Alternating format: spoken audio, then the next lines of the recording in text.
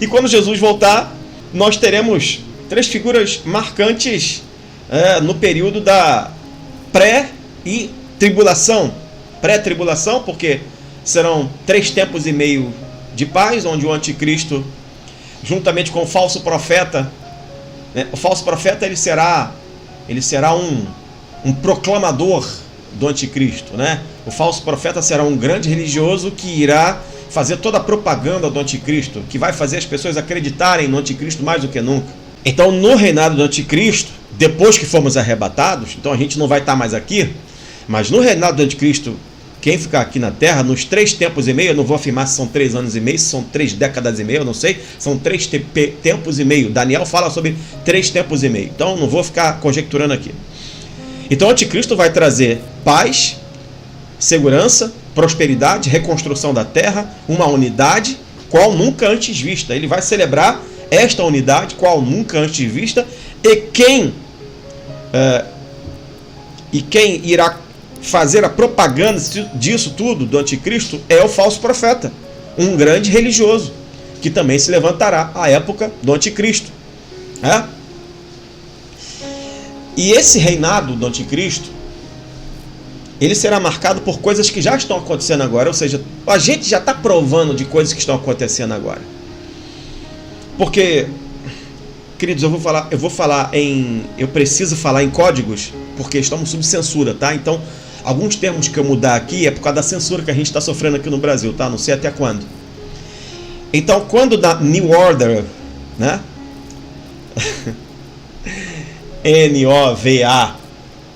NOVAORDEM, mundial, que já está acontecendo,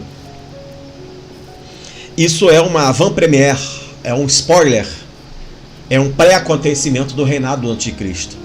Então tudo que está passando agora, nessa questão da gente tomar as picadinhas, porque a gente está sendo marcado pelas picadinhas, a gente está sendo controlado pelas picadinhas, está sendo controlado pelo aprisionamento. A gente tem que medir as palavras, é interessante isso, gente.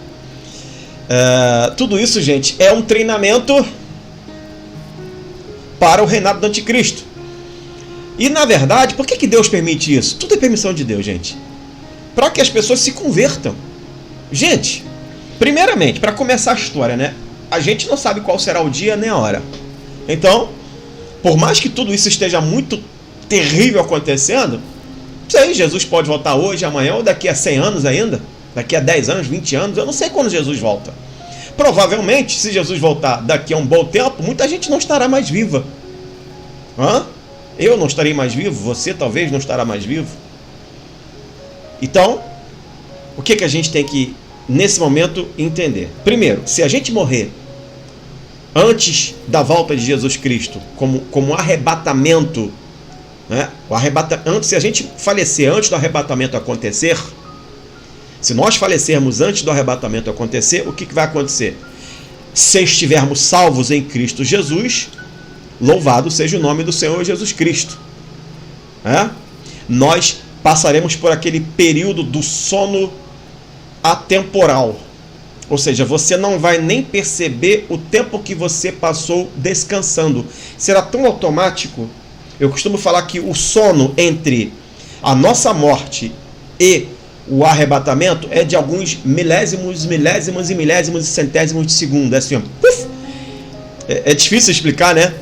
Então pensa numa cirurgia que você ficou horas e horas numa cirurgia sob o efeito do anestesista. Você de repente começou a dormir, apagou, daqui a pouco você acordou e você pensa que você, sei lá, você tirou um cochilo. E aí alguém diz: você ficou na sala de cirurgia, sei lá, você ficou 10 horas em cirurgia, você ficou 5 horas. Eu lembro quando eu fui operado, eu apaguei assim instantaneamente e daqui a pouco alguém estava fazendo assim em mim e depois eu fui saber que foram 4 horas e meia de operação. Então, quando a gente falecer em Cristo Jesus, a gente terá esse microsono que pra gente, né? Entenda, gente, é coisa interessante, né? Desde os primórdios, todos os salvos, todos aqueles que estão no Senhor, que dormem, desde que o mundo é mundo, eles estão, acredite você ou não, no mesmo período de sono que nós teremos. Eles serão despertados imediatamente. Eles dormiram e já vão ser despertados no grande arrebatamento. É aí que eu falo do atemporal de Deus, do Deus Kairos, não do Deus Cronos. Do Deus que é Cronos e do Deus que é Kairos. Então a gente não entende, a gente não tem a menor capacidade para entender isso. Porque nós vamos ser despertados. Antes, nós que somos salvos, seremos despertados. E seremos ressuscitados. E encontraremos com Cristo. E imediatamente, no abrir e piscar de olhos, aqueles que estiverem aqui na terra ainda vivos, serão arrebatados e terão imediatamente o seu corpo transformado em corpo de glória. Obviamente que nós seremos recebidos na atmosfera, nos céus com Cristo.